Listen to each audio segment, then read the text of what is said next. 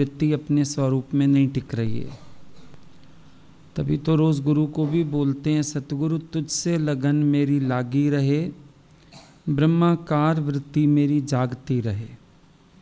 जब तक ब्रह्माकार वृत्ति किसी की नहीं बनती है तब तक उसको ये सारी बातें डिस्टर्ब करती रहती हैं। है उसके अपने ही अंदर की माया सारी की सारी।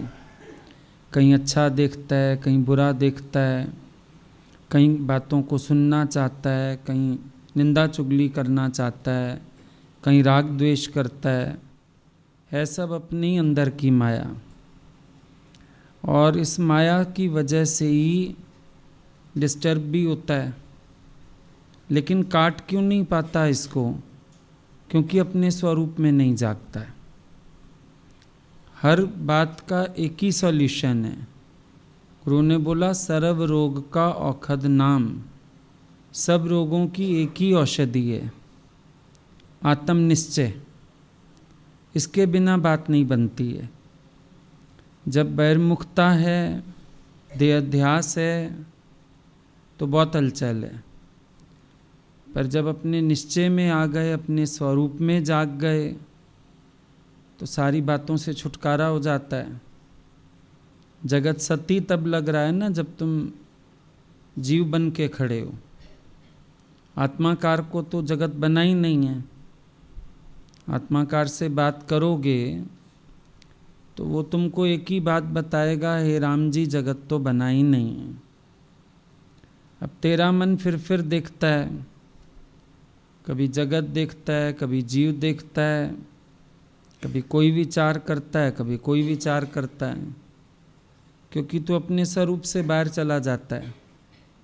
अगर तुम अपने निश्चय में रहो तो तुम्हें इच्छा भी ना हो, दुख भी ना हो। ये सब स्वभाव किसके हैं? जीव के हैं, जो बन के बैठा है कुछ। अब तुम मान के बैठे हो अपने आप को, मैं माँ हूँ, तो तुम्हें बच्चों से उम्मीद भी होगी। फिर उम्मीद पूरी नहीं होगी तो तुम्हें कष्ट भी होगा, रोना भी आएगा, दुख भी लगेगा। प्रॉब्लम तो इच्छा की है। तुम जहाँ अपने को जानते हो मैं कुछ हूँ, वहीं तुम्हें धक्के लगने लगते हैं, क्योंकि फिर कुछ बन गए। मेरे को इसकी बात बुरी लगी, मेरे को इसकी बात बुरी लगी। दादू साहब ने क्या बोला जब औरत झगड़ा करने आई, गाली दे रही थी, वो बोलती जा रही है और ये कह रहे हैं माता जी आप तो मेरे को जानते ही नहीं हो। जब आके उसने कॉलर भी पकड़ लिया आखिर, ये दादू ऐसा, ये दादू ऐसा, तब भी कहने लगे तो मेरे को जानती ही नहीं है। जिसको तू गाली दे रही है वो तो कब का मर चुका। अब ये मरना हुआ ना कि जब हम अंदर से ही इनकार कर बैठे अपने होने पने को, फिर किसका शब्द लगेगा, किसकी बात लगेगी, क्यों उलझन होएगी, क्यों परेशानी होएगी, सब बातों से परे हो गए। जब अंदर बने बैठे हो और इच्छा रखते हो, समझो हम इच्छा रखते हैं कोई हमसे अच्छा बोले, तो जब वो कड़वा बोलेगा तो परेशानी हो जाएगी। हम इच्छा रखते हैं किसी को मेरे साथ ऐसा करना चाहिए, वो नहीं करेगा तो दुखी हो जाएंगे, हलचल में आ जाएंगे कि मैं तो चाहता हूँ वो ऐसा करे, पर वो ऐसा कर क्यों नहीं रहा है। और इच्छा किस में है, अधूरापन किस में है? जीव भाव में अधूरापन है, इस वजह से इच्छा होती है। जगत में सतबुद्धि आ जाती है तो इच्छा होती है, कुछ बन जाते हैं तो इच्छा होती है। अब अगर आत्मनिश्चय में आ जाएंगे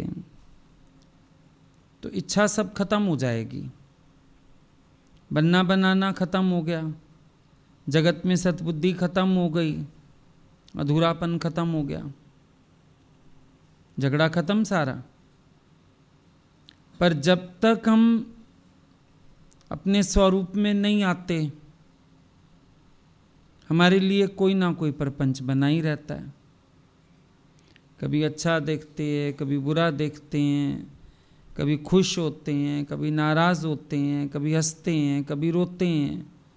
कुछ ना कुछ चलता ही रहता है, एक समभाव नहीं है।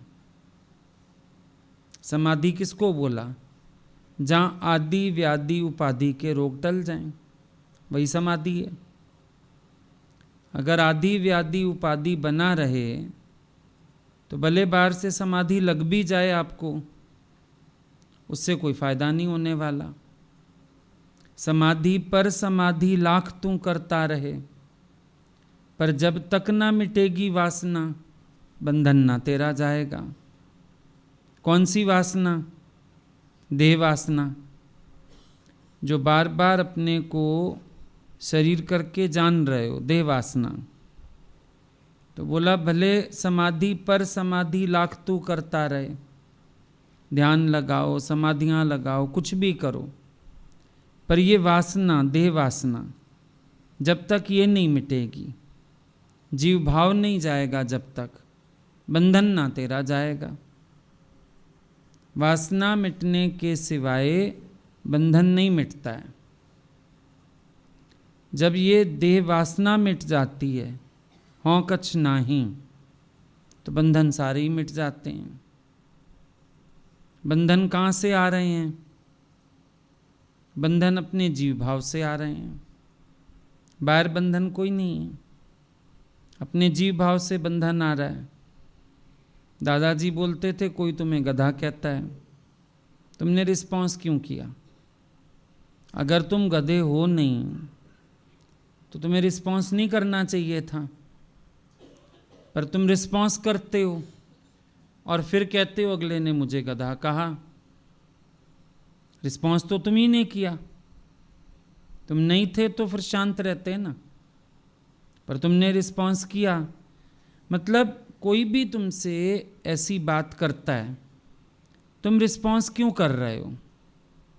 इसका मतलब साफ है, कहीं ना कहीं तुम भी अपने को वैसा मान रहे हो,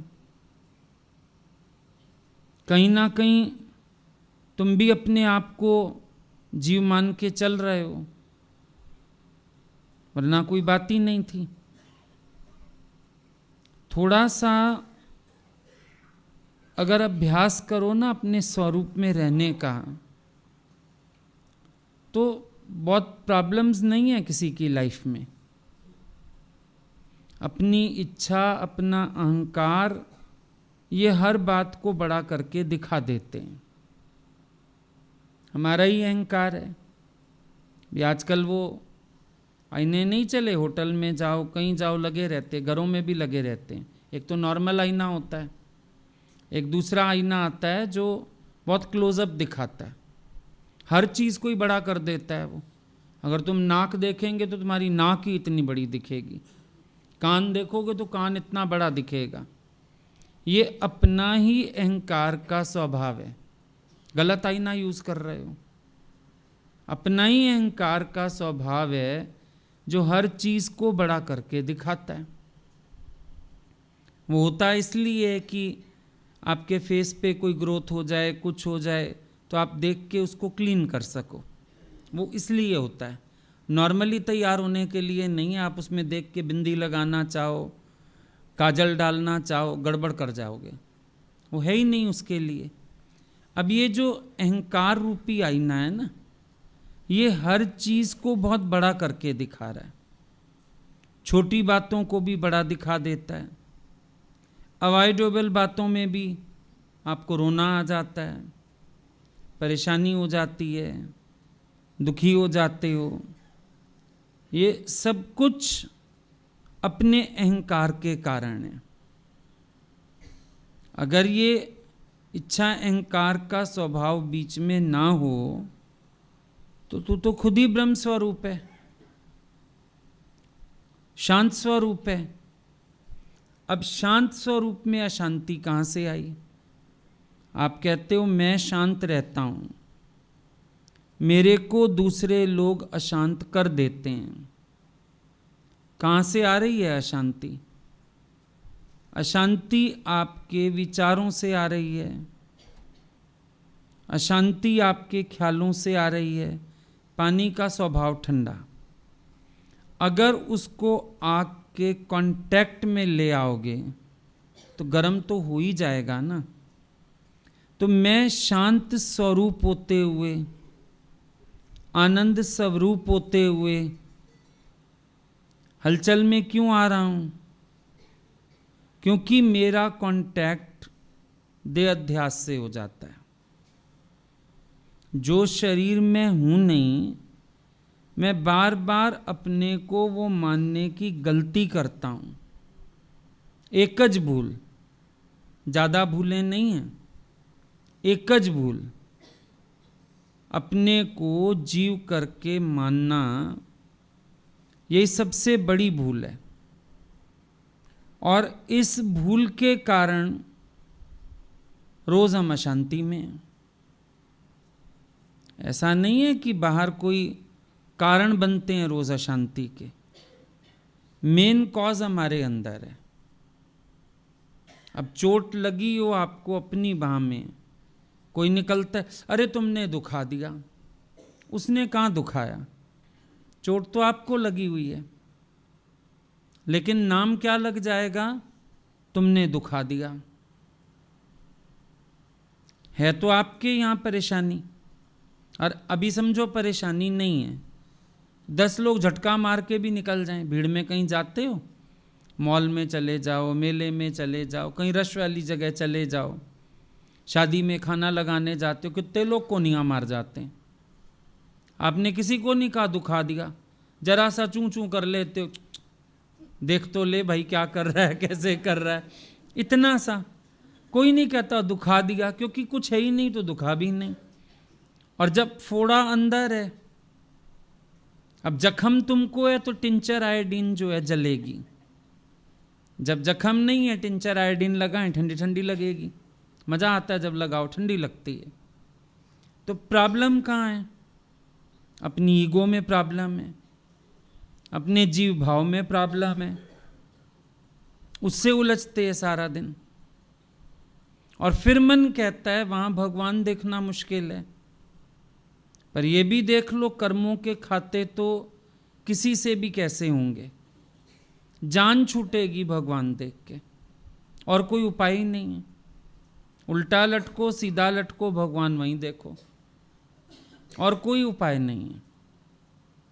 भले हम कितने बातें अपने मन को सुनाते जाएंगे, फायदा नहीं होगा जब तक वहाँ भगवान नहीं देखोगे। क्योंकि हिसाब किताब तो है कुछ ना कुछ, अकारण तो हो नहीं रहा। एक बात सोच के देखो ना कि हमारे सामने ही वो सिचुएशन क्यों आ रही है। अच्छा, हमें ही ऐसे संबंधी क्यों मिले?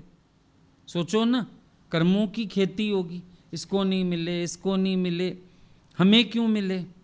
कर्मों की खेती हमारी है, अगले व्यक्ति से हिसाब किताब हमारा है। चलो है, कोई बात नहीं, पर अभी ब्रह्म दृष्टि धारण करनी पड़ेगी। अब आपका मन कहेगा वो कैसे भगवान है?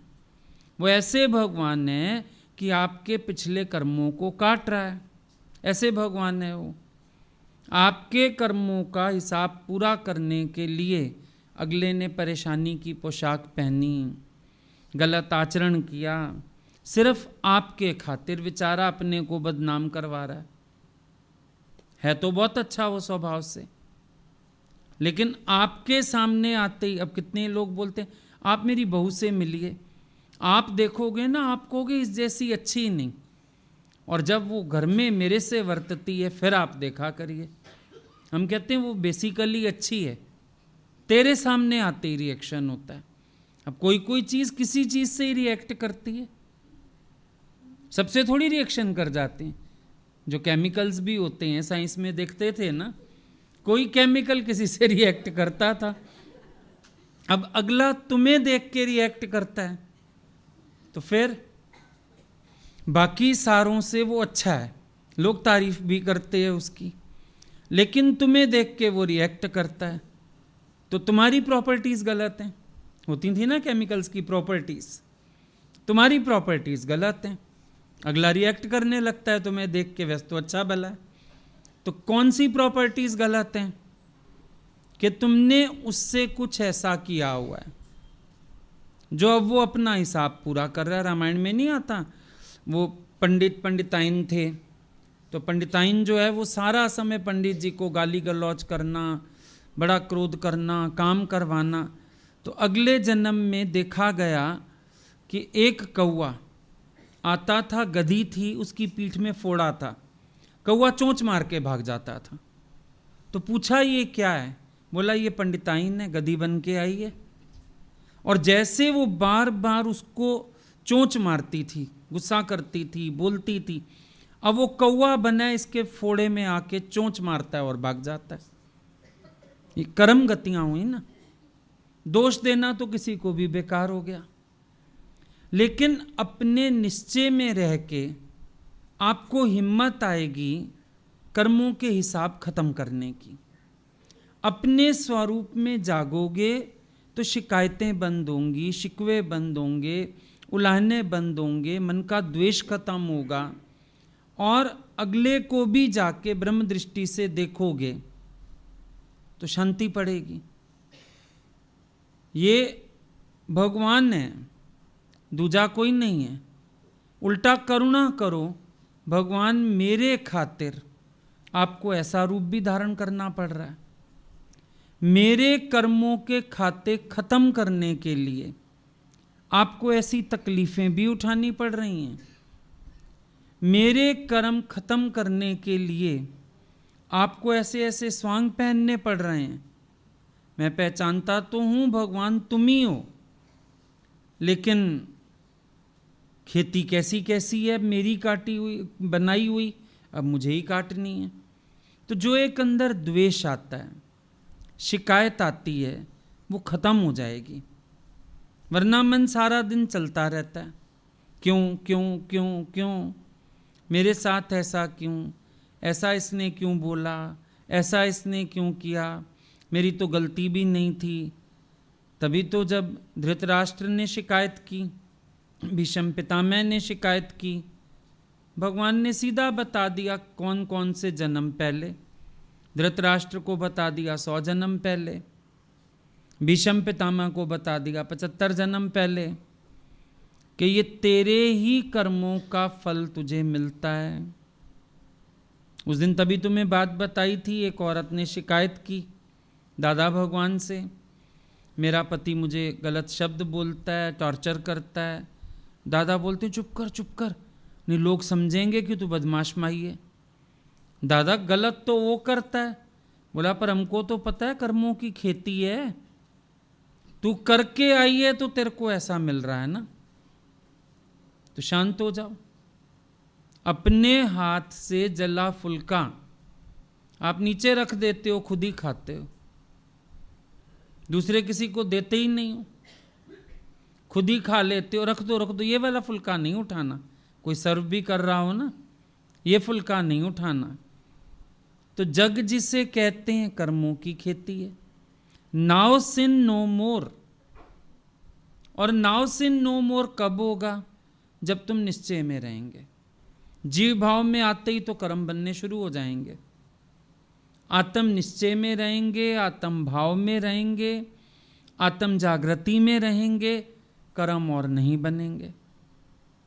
सीधी सी बात है भाई। आज कभी मन कहता है बहु सेवा नहीं करती है, तो तुमने भी जरूर अपनी सास की नहीं की होगी। खोज करो, क्या तुमने मन से सेवा की थी? तुमने अच्छे भाव से सेवा की थी? तुमने की नहीं तो तुम्हें मिलेगी नहीं। सीधी बात है। या अगली से हिसाब किताब ही नहीं होगा आपका, शिकायत क्या करनी। एक अपने दिमाग से ये बात निकाल दो, जो बार बार अंदर श्रेष्ठता का अभिमान उठता है और आप शिकायत करने लगते हो। ये भी एक बड़ा ज़बरदस्त अभिमान है श्रेष्ठता का। मैं तो ठीक हूँ, सामने वाला ही गलत है, वो ऐसे करता है, वो ऐसे करता है। आप आज अपनी श्रेष्ठता सिद्ध कर रहे हो ना, कि आप कुछ नहीं करते और अगला व्यक्ति आपके साथ करता है। ये आज की बात हुई, लेकिन पिछला हिसाब किताब क्या है आपका मालूम है आपको? वो तो मालूम नहीं है। तो श्रेष्ठता का ये अभिमान भी गवा दो। आप बार बार कंपेयर करते हो, ज़्यादा दुखी होते हो।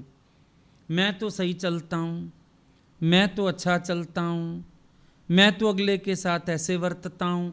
बार बार श्रेष्ठता का अभिमान उठता है अंदर से। मन कहता है आई एम राइट, मैं बिल्कुल ठीक हूँ, मैं बहुत अच्छा हूँ, मैं बहुत सही हूँ। ये श्रेष्ठता का अहंकार उठता है अंदर में, तभी ज़्यादा दुखी होते हो। अब आपको याद है मैं भलाई करता हूँ, दूसरा बुराई करता है। अगर ये याद ना हो मैं भलाई करता हूँ, तो अगले की बुराई को सहन करना कितना मुश्किल होगा। पर कंपैरिजन करते ही आपकी कहानी बड़ी हो जाती है। जब आप कंपेयर करते हो दूसरे व्यक्ति से, वो ऐसे करता है मैं ऐसे करता हूँ, वो ऐसे चलता है मैं ऐसे चलता हूँ। पहले चाल तुम्हारी बिगड़ी होगी कभी, और आज भी जो आपका मन कहता है मैं तो अच्छा चलता हूँ, मैं तो सही चलता हूँ, मैं तो जो कर रहा हूँ ठीक, वो भी तुम अपनी बुद्धि से कह रहे हो ना। क्या पता अगले के नज़रिए से तुम गलत हो।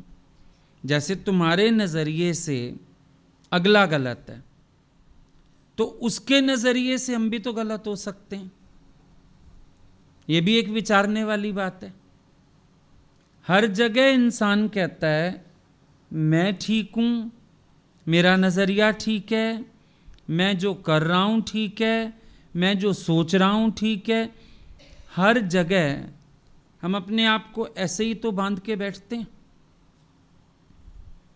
अपना ही नज़रिया ऊपर रखते हैं, अपने ही तरीके से चलना चाहते हैं, अपने ही वे से चीज़ों को सॉल्व करना चाहते हैं।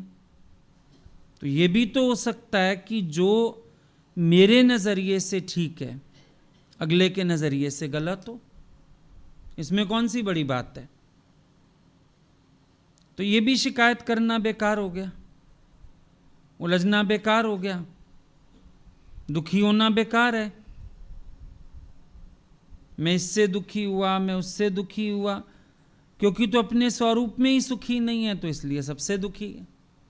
एक बात ये भी है कि अगर हम अपने स्वरूप में जागृत हैं, तो हमारे पास बाहर की इन चीज़ों का कितना और क्या इफेक्ट होगा?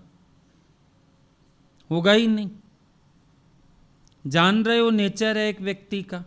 अब कभी कभी किसी से आप सालों से वर्त रहे हो, आपको पता है उसका नेचर है, इतना तो आपको भी आदत हो जानी चाहिए। किसी भी विचार से अपने मन को बना लो, लेकिन अपने को अशांत करने की क्या ज़रूरत है? अपने आप को दुखी करने की क्या ज़रूरत है? अपने मन को मोड़ना हमको आना चाहिए, अपने आप में परिवर्तन हमको लाना है, और हम पूरा समय उंगली दूसरों की तरफ उठाए रखते हैं। ये ऐसा, ये ऐसा। देखो सैस सियाणप लख होए, एक ना चलिए नाल। जितना मर्जी हम होशियारी से चलें, कोई फायदा नहीं होने वाला। अंदर के भावों की गिनती है हर जगह। जब हमारा अंतःकरण शुद्ध है, प्रभाव उसका पड़ेगा। अंतःकरण में खोट रख के, और अगर हम ये सोचें कि हम दूसरों पर अपना प्रभाव बना लेंगे, वो नहीं बन पाएगा। मेन बात है अंतःकरण की पवित्रता। हम भी तो दोष दे रहे हैं, गलत देख रहे हैं, खराब कह रहे हैं, हमारी नज़र अच्छी है, आज भी हमारे वाइब्रेशंस अच्छे हैं, आज भी क्या हमारे अंदर में ये भाव है कि नहीं वो गलत नहीं है, हम गलत देख रहे हैं, हम गलत भावनाएं पैदा कर रहे हैं, मन में राग द्वेष बना के चल रहे हैं। हमारे भी तो भाव गलत हैं।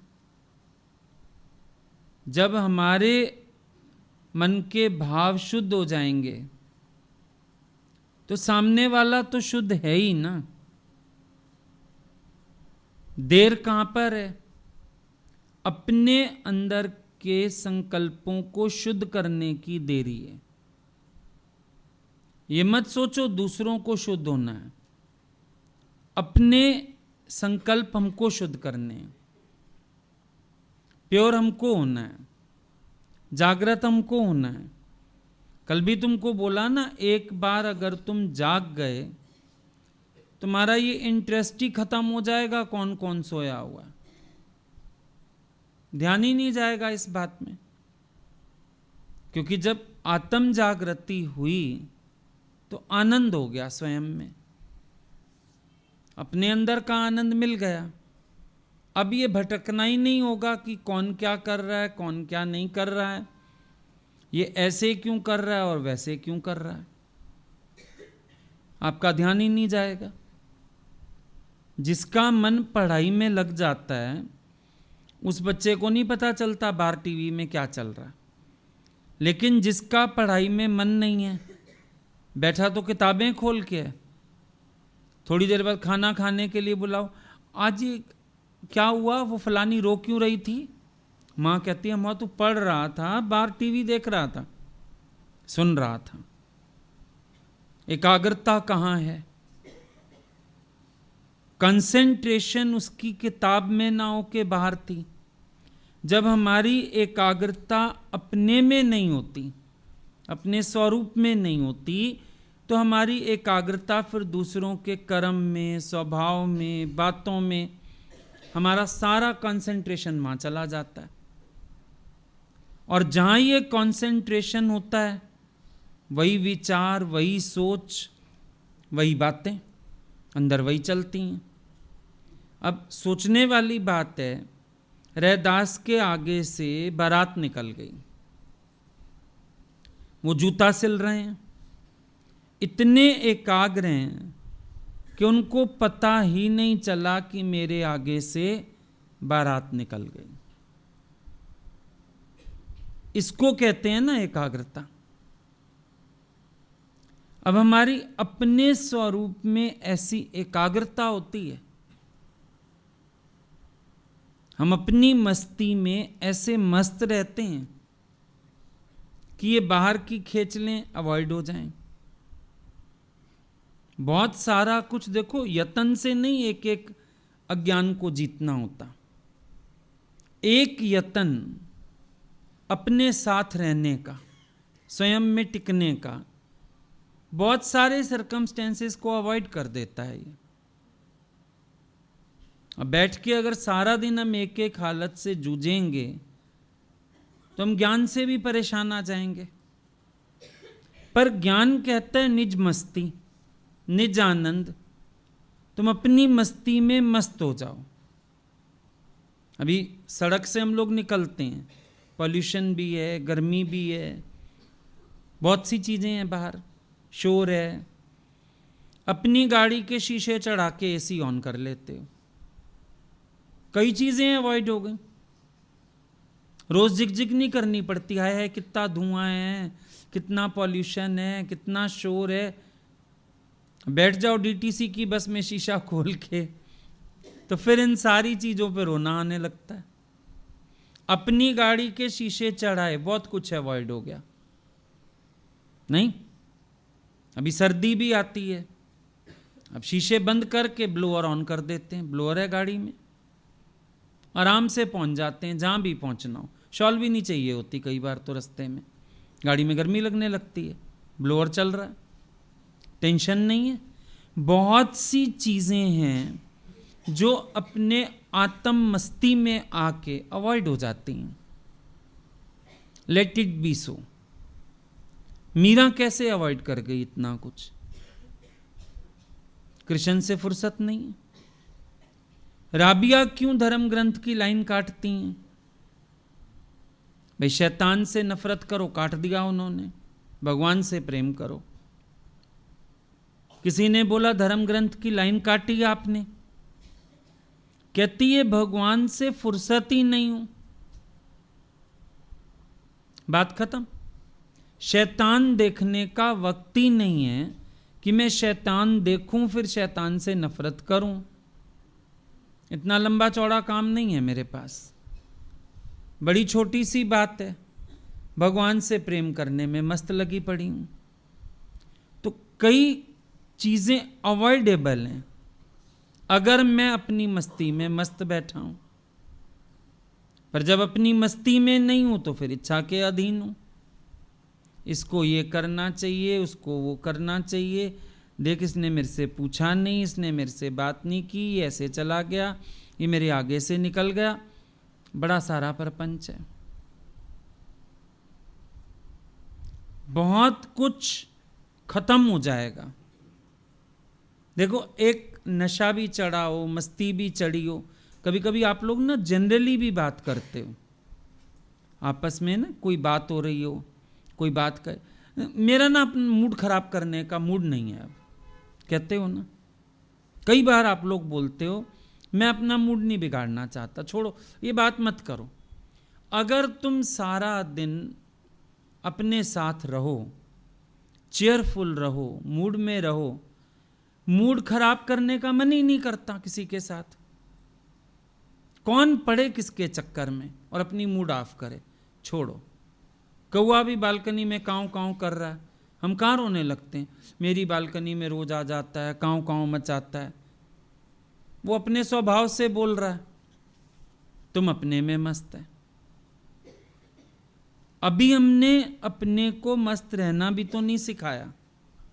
वैसे मस्त रहते हैं जब कोई कारण नहीं है। जो कोई कारण आता है अपनी मस्ती छोड़ के फिर उस बात में इन्वॉल्व हो जाते हो।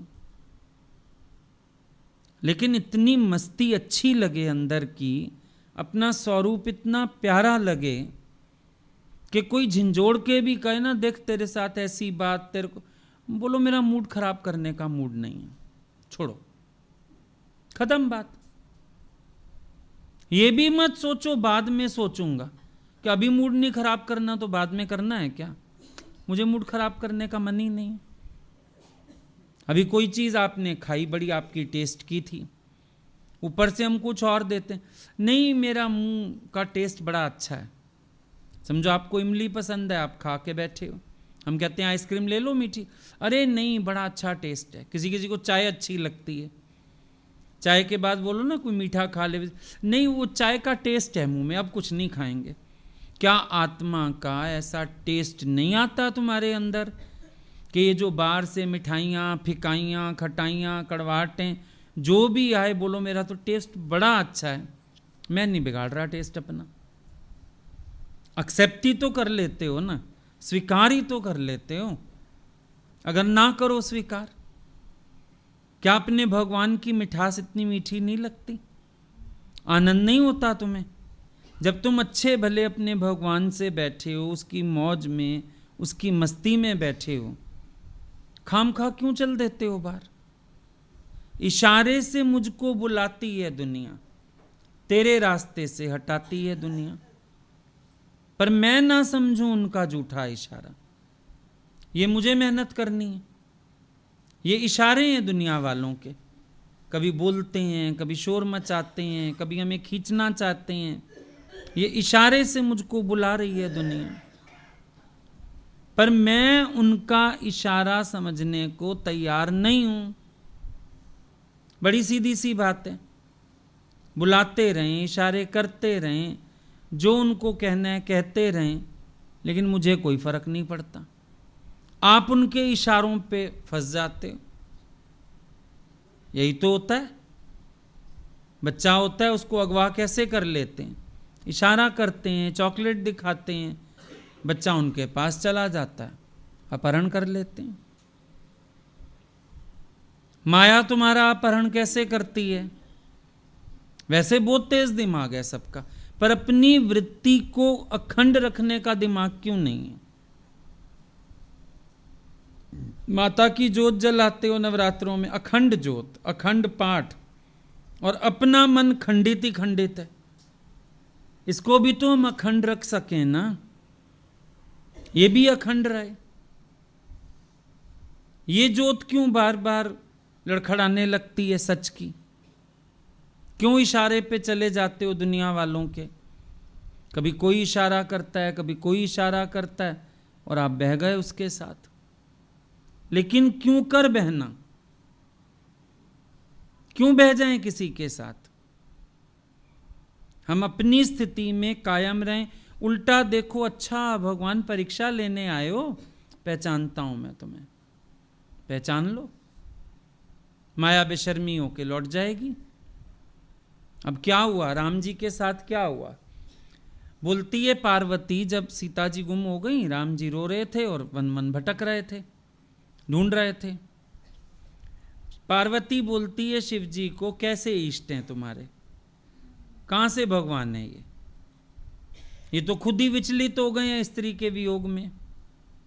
शिव जी बोले, पार्वती भ्रम में मत पड़, ये भगवान है, बड़े सुजाग हैं, ये लीला मात्र है इनकी, ये नहीं है जो अंदर से चेतना लुप्त कर बैठे परिस्थिति के अधीन। मैं जानता हूं अपने राम को। पर पार्वती को तो शंका आ गई, मैं परीक्षा लूंगी, परीक्षा लूंगी। बहुत मना किया शिव जी ने, परीक्षा लेना भारी पड़ेगा, महापुरुषों को परखते नहीं है कभी भी, और वो इष्ट हैं मेरे, मेरी पत्नी होने के नाते तेरा वैसे भी धर्म नहीं बनता, मेरे इष्ट को परख तू जाके। परखेगी तो पाप की भागी बनेगी, पछताएगी। नहीं मानी पार्वती, जाऊंगी, मैं सिद्ध करके दिखाऊंगी आपके भगवान कैसे विचलित हैं स्त्री के वियोग में। सीता बन के चली गई, एक जगह खड़ी हुई, भगवान रास्ता मुड़ गए, फिर उस रास्ते पे खड़ी हुई, फिर मुड़ गए, 4-5 बार अवॉइड किया। आखिर 5वीं बार जब सामना हो गया तो कहने लगे, मां आप अकेली वन में, पिता शिव कहां पर हैं? शर्मिंदा हो गई, 1 मिनट नहीं लगा, शर्मिंदा हो गई। भगवान भी आ जाए परीक्षा लेने, तुम उसको ऐसा पहचानो, ऐसा पहचानो कि माया उसको भी समेटनी पड़े अपनी। ज्ञान की बाजी तो तब जीतोगे ना। पहचान लूं तुझे मैं, ऐसी नजर तू दे दे। ये नजर बनाओ, हर रूप में आए परमात्मा को झटपट पहचान लो। हंसने लगो, ताली बजाओ, बोलो भगवान तू ही तो है। लुका छुपी खेलते हो मेरे से, मैं पहचानता हूं। आए हो परीक्षा लेने, मैंने भी पहचान लिया तुम। एक अपनी ईगो लेस कर दें, एक आत्म दृष्टि धारण कर लें, तो हमारे काम कितने आसान हो जाएं। अब आप कहते हो मीरा ने विष पिया, वो अमृत हो गया, सांप आया, वो माला बन गया। हम कहते हैं अगर मीरा होती तो ये बात संभव नहीं थी। मीरा तो गुम हो गई, रह गया कृष्ण। अब सांप ने देखा मेरा प्रियतम, मेरा भगवान, मेरा रचयिता। सांप ने अपना स्वभाव छोड़ दिया, वैजंती माल बन के गले में पड़ गया। दर्शन हो गए उसको सामने। अब सर्प सर्प कहां रहेगा, खुशबू देगा, जहर थोड़ी उगलेगा। अब जहर ने देखा, दर्शन किया कृष्ण का, वो झट अमृत में पलट गया। मेरे भगवान भोग लगाने वाले हैं। सोचो अगर मीरा होती तो ये खेल नहीं था, पर मीरा ने कर दिया कृष्ण को प्रकट। हम क्या प्रकट करके बैठे हैं अपने घट से, हम जरा ये भी तो देखें।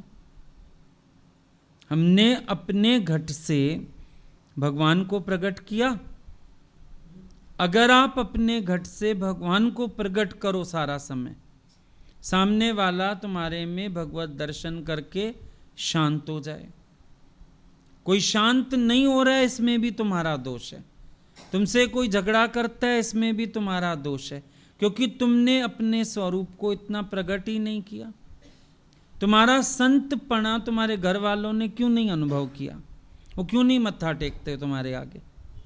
दुनिया को मत झुकाओ, तुम्हारे घर वालों ने तुम्हारे में भगवान देख लिया, तुम्हारी रहनी नहीं है इतनी अच्छी, आचरण इतना अच्छा करो, फिर भगवत भाव इतना प्रकट करो कि वो लोग तुम्हारे में भगवान का दर्शन कर जाएं। मजा तो तब है। बातें करने से क्या होगा? बातें करने से कभी कोई बात सिद्ध नहीं होती है, लेकिन अपनी स्थिति बनाने के लिए हमें अपने से मेहनत करनी पड़ती है। आधा टाइम तो हमारा इसमें निकल जाता है ब्लेम करते हुए, ये गलत है, ये गलत है। जब ब्लेम दूसरों को कर रहे हो, आप अपनी बनावट कैसे करोगे? अगर अपना अहंकार बीच में रहेगा तो आप अपनी बनावट नहीं कर पाओगे। यहां सत्संग में भी ले आओ ना अपनी ईगो साथ। हमारा शब्द से भी अपमान लग जाए तुम्हें, तुम बना ही नहीं पाओगे अपने को, क्योंकि तुम अपमान में ही खोए रहोगे। मेरे को ऐसा कह दिया, मैं कोई इतना बुरा हूं, इन्होंने क्या सोच के कहा होगा। तुम वही पीसते रहना, जो समझाया वो कभी ना पल्ले पड़ेगा। ये भी अनुभव करके देखो। ये अहं जहां जागता है वहीं पर ये तुम्हें अपने को बनाने नहीं देता। बनाओ अपने को, एक चैलेंज लो। अब हम लोग बढ़े ना आगे, समझो कोई ऑफर आ जाता था। अब एज होती है, जॉब के भी ऑफर आते हैं, मैरिज के भी ऑफर आते हैं, हालांकि आए भी बहुत रेयर। मैरिज का भी इक्का दुक्का आया होगा, आए ही नहीं। वो सत्संग से ही इतना वो फैल गया था दायरा, सब सीधा उसी दृष्टि से देखने लगे। पर जो इक्का दुक्का भी कुछ आया ना और गुरु को बताया, उल्टी मार पड़ी। बोलते थे तुम्हारे ही अंदर कुछ होगा, तुम्हें किसी ने लड़का लड़की करके क्यों देखा? अभी तक तेरा भगवान ही प्रकट नहीं होगा तेरे अंदर से, तभी तो। अब जब विचार किया और उस बात पे अभ्यास किया तो बात बन गई। वो बोलते थे तू अपना भगवानपना इतना प्रकट करो, जो दुनिया तुम्हारे में बस भगवान का दर्शन करे, उनको तेरे में ये भावना ही नहीं आनी चाहिए ये लड़का है, लड़की है, कुआरा है, शादीशुदा है। वो माया से मैच कैसे करते हैं लोग तुम्हें? इतनी मार पड़ती थी, खूब डांट पड़ती थी। और कभी कभी हम लोग बोलते भी थे हमारा क्या कसूर है? बोलते थे है कसूर है तुम्हारा, तुम्हारा भगवानपना प्रकट नहीं है। और मार पड़ती थी डबल, क्योंकि हम तो ये कहते थे हमारे अंदर थोड़ी संकल्प आया, अब दूसरों के अंदर आ रहा है, हम क्या करें? क्यों आ रहा है? वो अभी तक तुम्हें ऐसा देख रहे हैं देह दृष्टि से, तूने भगवान नहीं प्रकट किया अपना अभी तक। तुझे कोई क्यों जानता है कि तू उसका कोई संबंधी भी है? फिर लगो भाई अभ्यास में, अपने को केवल ब्रह्म निश्चय करो। अब अंदर निश्चय हो गया, कहते थे अंदर का निश्चय इतना उज्जवल हो कि बाहर प्रकट हो, बोलना ना पड़े, प्रकट हो। तुम्हारी ज्ञान की खुनकी, तुम्हारा वैराग ये दिखने में आए। अब इस नजर से अगर अपने को बनाओ तो दोषी कोई भी नहीं है। उनको अभी तक हम वही दिखते हैं, पुराने वाले हम वही हैं शायद, इसीलिए वो हमारे पीछे पड़ते हैं। पर तुम्हारे में उनको तुम्हारे भगवान का दर्शन हो जाए, तुम्हारे गुरु का दर्शन हो जाए, तुम्हारे इष्ट का दर्शन हो जाए, काम बन जाएगा। लेकिन मेहनत लगेगी उसके लिए, वरना दिक्कत आ जाएगी। हर जगह इंसान जो है वो अपने अहम को आगे रख के चलने को खुश होता है, और अगर उसकी ईगो को कोई पत्थर पड़ता है तो वो अपनी ईगो को प्रोटेक्ट भी करना चाहता है, सेव करना चाहता है। लेकिन मजा किस बात में कि जब ये ईगो हर्ट हुए आप और साथ मिल जाओ, बोलो सही बात है, ये अहंकार मरने योग्य ही है, इस मैं को तो मार पड़नी चाहिए। अब ये रवैया तो आता ही नहीं अंदर, कभी खुश हुए हो आप? अच्छा हुआ। इस मैं को ऐसी ही मार पड़नी चाहिए। सही बात है, बहुत अहंकार किया, इस मैं ने मुझे जन्म जन्म भटकाया। अच्छी बात है, पड़े इसको मार, चारों तरफ से पड़े। ये विचार आप लोगे ही नहीं। आपका मन कहेगा आई एम राइट तो आई एम राइट।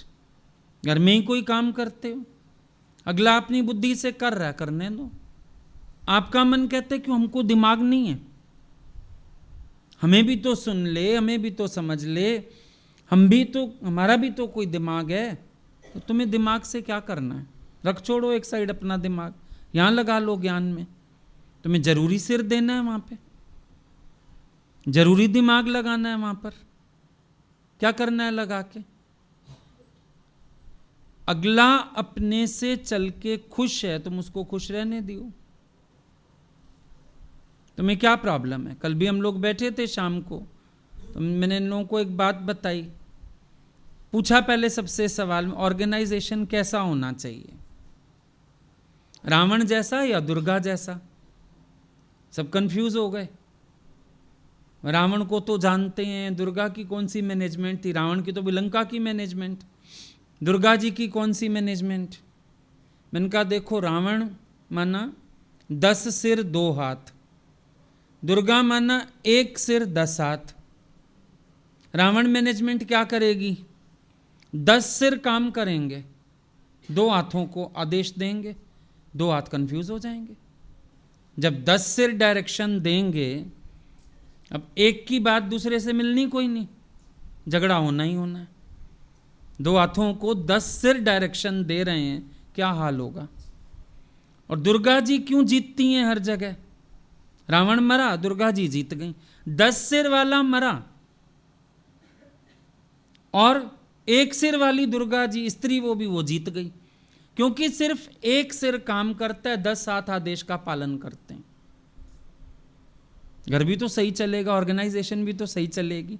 अगर एक व्यक्ति बड़ा हो, वो 10 हाथों को आदेश दे दे, काम बढ़िया हो जाएगा। हर ऑर्गेनाइजेशन के फेल्योर के पीछे क्या है? 10 सिर काम। मीटिंग करें, बना ली एनुअल मीटिंग, ईयरली मीटिंग, फलानी मीटिंग, क्या क्या मीटिंग बना ली। मीटिंग में क्या होता है? 10 सिर काम करते हैं। 10 सिर जब डायरेक्शंस देने वाले हैं, 2 हाथों ने तो कंफ्यूज ही होना। सक्सेस कहां होती है? जब एक बड़ा होके आदेश देता है, 10 हाथ काम कर लेते हैं। तो दुर्गा जी ऑलवेज विनर, क्योंकि 1 सिर है, 10 हाथ उनका कहना मानते हैं। अब रावण को तो युद्ध में ही कंफ्यूजन हुआ होगा, इधर मारूं इधर मारूं। 1 सिर कहता होगा इधर चलो हाथों, दूसरा सिर कहता होता नहीं नहीं इधर चलो, तीसरा कहता होगा चल बेटे को बचा, चौथा कहता होगा नहीं तू राम जी के पीछे पड़। उसको तो कंफ्यूजन है। दुर्गा जी के सामने कितने बड़े असुर क्यों ना आ गए, उसका 1 सिर है, 10 हाथ हैं, 10 हाथ मिलके दबाओ एक की गर्दन, खत्म करो काम, है ना? वैसे भी एक सक्सेस है ना। तो घर में भी अगर कोई बड़ा बनता है, कोई अपनी कर रहा है, बोलो वेरी गुड, एक बड़ा बना है ना, 1 सिर काम करे, बाकी हैंडल बन जाओ। पर सबको सिर बनने का मजा आता है, हैंडल बनने का मजा नहीं आता। बहू है घर में, वो अपनी चलाती है, अच्छा ठीक है चल तू अपने से चला, घर तुम्हें जो कहती है कर दो, नहीं कहती मत करो। तुम कहोगी क्यों, यही चलाएगी अपनी, मैं जो बड़ी बैठी हूं घर में। अब 2 सिर हो गए, टकराएंगे 2 सिर आपस में, बुद्धियां 2 हो गई, टकराएंगी आपस में, फेल्योर है। कहीं भी चलो, कोई, हम लोग भी किसी ट्रिप पे जाते हैं, हम लोग एक जने को बड़ा कर देते हैं, या तो हमसे पूछते हैं ये लोग सारे, या एक जने को हम कह देते हैं तुम पूरा ट्रिप देख लो, कभी टेंशन ही नहीं हुई, कभी नहीं फंसते कहीं भी, क्योंकि सारे अपनी अपनी बुद्धि, कोई चलाता भी है बुद्धि, हम उसको डांट देते हैं, चुप क्यों दिमाग चला रहे हो अपना, तुम्हें जो कहा वो करो, सही हो जाता है ना काम। अगर 10 सिर चलने लगे, एक भी ट्रिप कामयाब नहीं होगा, लड़ाइयां करके आ जाएंगे। वो कहेगा मुझे ये करना है, वो कहेगा मुझे, अभी बसें लेके जाते हैं, अगर सब वेल मैनेज्ड ना हो एक व्यक्ति द्वारा, क्या हाल मचेगा। लोग झगड़े क्यों करके आते हैं? क्योंकि उनके यहां सारे बड़े होते हैं, सारे सिर होते हैं, हाथ कोई भी नहीं होता। और जब सिर एक को बना दो और बाकी सारे हाथ बन जाओ, सफल हो जाता है हिसाब किताब। चक्कर ये है। तो दुर्गा की मैनेजमेंट बढ़िया है ना, एक सिर रखती है, 10 हाथ रखती है, 10 को डायरेक्शन अपना देती है, सारे हाथ काम वाम करके, और दुर्गा जी की जय हो रही। आज तक नहीं हारी किसी से। रावण 10 सिर होने के बावजूद हार गया। तो सहस सियाणप जम का बहु व्यापे, गुरु नानक देव जी ने जरूर इसको देख के लिखा होगा। सहस सियाणप, 10 सिर 10 दिमाग, और यम का भव उसी को आया। क्योंकि 10 एक बात को 10 दिमाग सोच रहे हैं। सोचो तो सही। अभी अगर मैं तुम्हें बोलूं ये बिल्डिंग तोड़ के हम दोबारा बनाएंगे, 10 जने बैठ जाओ सलाह करने। अब एक कहेगा यहां ये बनाओ, एक कहेगा यहां ये बनाओ, एक कहेगा वहां वो बनाओ। डिस्कशन में डिसीजन नहीं निकलते, है ना दिक्कत वाला काम। तो हरिजन हार्या भला, जगत जीत्या भला। हरिजन बन जाओ, हार के खुश रहो। हारो भी खुशी से, मजबूरी में नहीं। तुम लोग हारते हो तो मजबूरी में, जब नहीं चलती, अच्छा बाबा ठीक है जो तू कहे, नहीं, खुशी से, सरेंडर। अरे तुम्हारा समय है, तुम करो, बहुत अच्छा, हम पीछे ही ठीक हैं, हम ना करने में ही ठीक हैं, हम अपनी सलाह ना देने में ही ठीक हैं, खुश रहो। क्यों रावण बनना चाहते हो? घर में रावण मैनेजमेंट क्यों चलाते हो? दुर्गा मैनेजमेंट चलाओ। एक व्यक्ति होशियार बने, अपना सारा संभाल ले, ठीक है, हमें जो जो सेवा मिल जाए हम कर देते हैं। हम लोग तो इसी मैनेजमेंट से चलते हैं, आपस में सब लोग। हुक्म राजा का, राज रानी का। एक राजा का हुक्म चलता है, बाकी प्रकृति सेवा करती, अपने आप होता रहता है सब, और अच्छा ही जाता है। कभी ये पछतावा नहीं हुआ कि अच्छा नहीं गया, क्योंकि एक सिर है। हो जाएं सारे सिर, सारे मुखबिर हो जाएं तो फिर बड़ा मुश्किल काम हो जाएगा। बेस्ट है।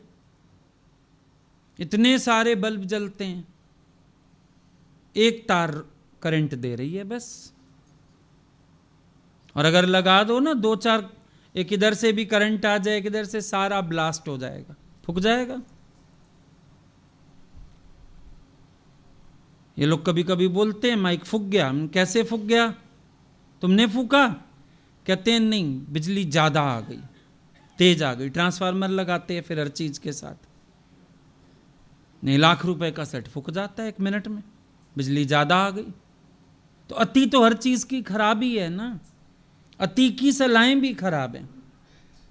अकबर देखो कितना सियाना था, बीरबल रखा हुआ था बस, देखा? राजाओं के पास भी एक एक होता था सलाहकार, मंत्री।